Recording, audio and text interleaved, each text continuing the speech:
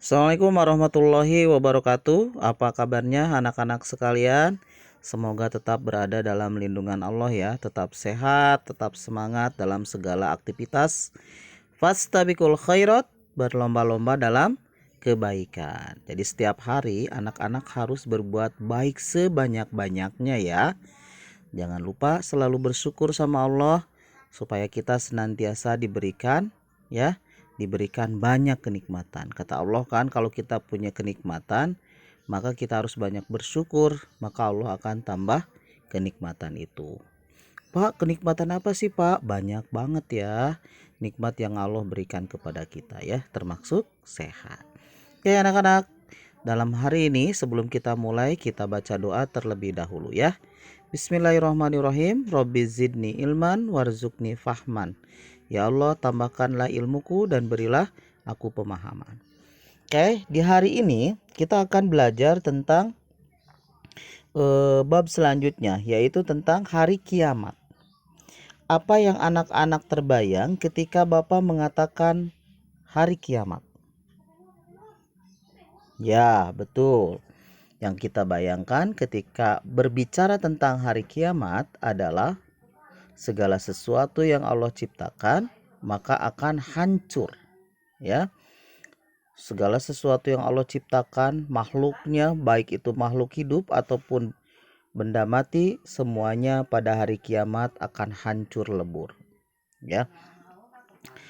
Nah, kiamat itu ternyata itu yang tadi Bapak sebutkan adalah kiamat kubro, kiamat yang besar. Tapi ada yang disebut dengan kiamat sugro. Apa itu kiamat sugro? Kiamat sugro itu kiamat kecil. Nah, ini coba lihat, perhatikan anak-anak di bacaannya. Misalkan kiamat sugro itu berkaitan dengan kematian, ya, banjir, gempa bumi, gunung meletus atau musibah lainnya ya, itu disebut kiamat sugro. Jadi kiamat sugro itu kiamat kecil, kerusakan atau musibah yang terjadi tapi tidak menyebabkan semuanya hancur ya. Jadi hanya beberapa saja. Kalau gempa misalkan ya gempanya sebentar, hanya di daerah tertentu gitu kan. Tapi kalau kiamat kubro, kiamat besar, itu semuanya hancur lebur ya. Allah matikan semua makhluknya tanpa terkecuali ya. Anak-anak, Al-Quran memberikan gambaran terjadinya kiamat kubro ya. Pada hari itu katanya bumi digoncangkan dengan dahsyat dan mengeluarkan segala isinya. Dalam surat apa tuh? Ya, betul, dalam surat Al-Zalzalah. A'udzubillahi minasyaitonirrajim. Bismillahirrahmanirrahim. Idza zulzilatil ardu zilzalaha. Apabila bumi digoncangkan segoncang-goncangnya. Wa akhrajatil ardu athqalaha. Dan bumi mengeluarkan beban-bebannya. Jadi segala apa yang ada di perut bumi dikeluarkan pada waktu itu. Astagfirullah ya nak, kalau kita membayangkan tentang hari kiamat ya, mudah-mudahan kita dijauhkan untuk bisa melihat kiamat ya, jangan sampai kita mengalami hari kiamat, karena itu kejadian yang sangat dahsyat ya. Dan pada kiamat kubro itu tidak ada satu makhluk pun yang dapat hidup ya. Jadi semuanya mati, semuanya musnah.